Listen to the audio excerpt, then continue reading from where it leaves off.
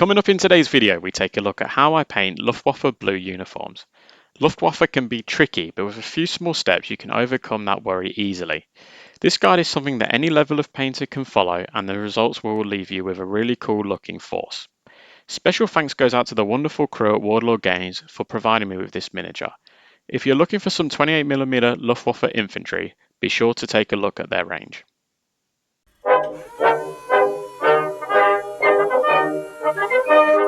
Okay guys, so today we're going to work on our Luftwaffe Blue uniform. So this will work great for Luftwaffe Field Division, Hermann Göring Panzer Grenadiers, anything similar to that. So to start off with, we use Luftwaffe Uniform World War II from Vallejo.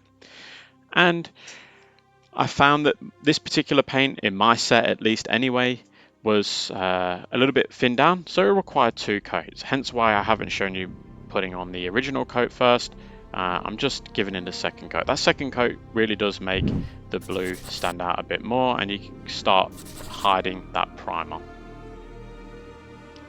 Once we've done that, we want to wash the model. So we use null oil and technical medium from Citadel. So it's at a 1:1 ratio, very important. Whenever we use any washes, we want to try and thin them down. Well, I do anyway, purely because you'll find that the wash can be very dark, and if you don't thin it down and you put it on, your model is going to be extremely dark, and it's going to be really hard to tidy up. So try and thin it down if you can. Once we thin that down, we go back to Luftwaffe Uniform World War II. Now this is the important part. Now we start building up the colour. So we've put our base colour down with wash, and now we're layering. So you can see here very nicely actually that I'm picking out the details. So the creases in the arm from where he's holding his Kar 98. Now I've switched the view around and I'm getting bits of the jacket. So you can see that I'm not painting this whole thing back in Luftwaffe Uniform World War II. I'm just picking out the details. So bits of the tunic that stand out. Obviously creases in the legs and such. I've also included some pictures as well of Luftwaffe infantry, so you can see that this guy's got a splinter jacket on and also his Luftwaffe blue uniform. If you're going with a late war Luftwaffe force, you can use like a middle stone on a helmet, because a lot of the time they were starting to use just your normal hair or camouflaged helmets as well. Now for a second layer, I'm using Luftwaffe uniform and white grey at a 2:1 ratio. So we're just adding a little bit of white now into the Luftwaffe uniform mix, and I'm just picking out some more of those details.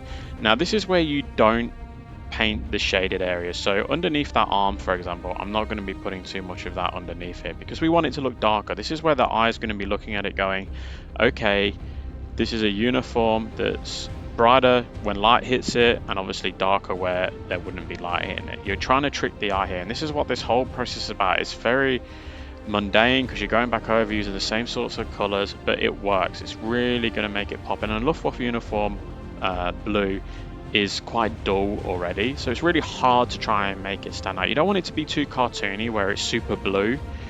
So this is where you use the white, and you just slowly build that color to a brighter color for your final highlight.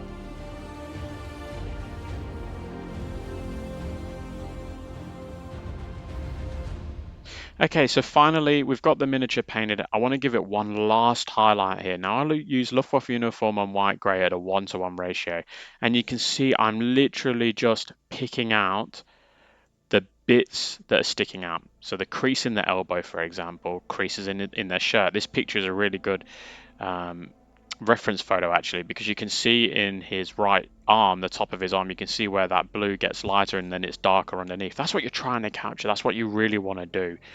So if you can simulate that, then you're going to be laughing. So you just pick out those little bits of details, get a little bit on your brush. I'm only using 2/0 here, a very small brush, and I'm just picking out those details. This is the fun part because your model's almost ready to go. You just need to give it that finesse, that last little bit.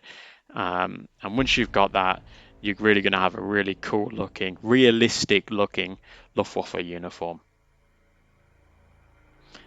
And then I've slowed it right down here so you can really appreciate what I'm getting at here. I'm scratching on a little line. It's nothing big, just a little line. And then if you want to see how you would paint Splinter, I've got a Splinter video.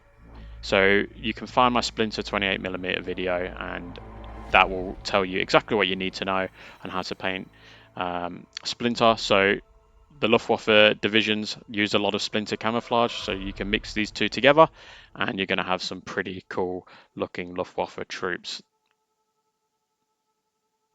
And then there we go, finished. All right. So as I said, this is part of a series, so it's not going to be a full-blown video. It's just something quick you can come to, you can see how I do it, and then you can go away and paint how you want to paint it. That Fallschirmjäger or that Splinter video that I was just talking about, that is a full step-by-step guide where I paint the rifle, I paint the canisters, I paint everything. So you can go on there and you can really see the full process if you're new here and you want to check that out.